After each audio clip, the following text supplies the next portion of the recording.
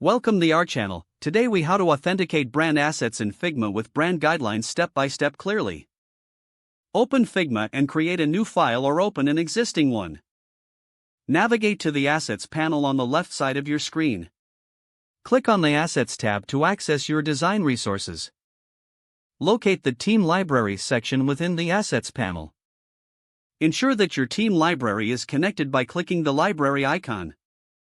Select the appropriate library that contains your brand assets. Review the brand guidelines for color, typography, and style associated with your assets. Start by adding brand colors to your file. Click on the Fill section in the right panel to open the color picker. Input the hex codes from your brand guidelines to create your palette. Next, add typography styles according to the brand guidelines. Select the text tool and type out sample text for your design. In the right panel, set the font family and sizes as specified in the guidelines. If there are specific spacing rules, apply these by adjusting margins and padding. Now, let's incorporate any logo or icon assets. Drag and drop your brand logo from the Assets panel onto your canvas. Make sure the logo's size and placement follow brand guidelines.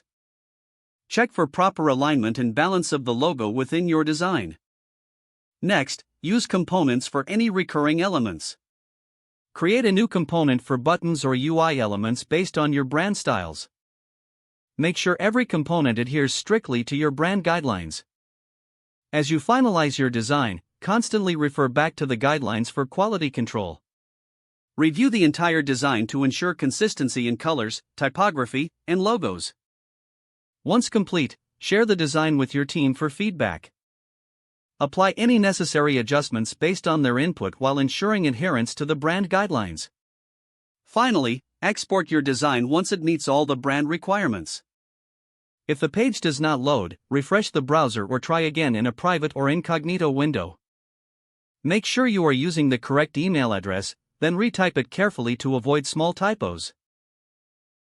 Don't forget to like this video and subscribe to our channel for more step-by-step tech guides.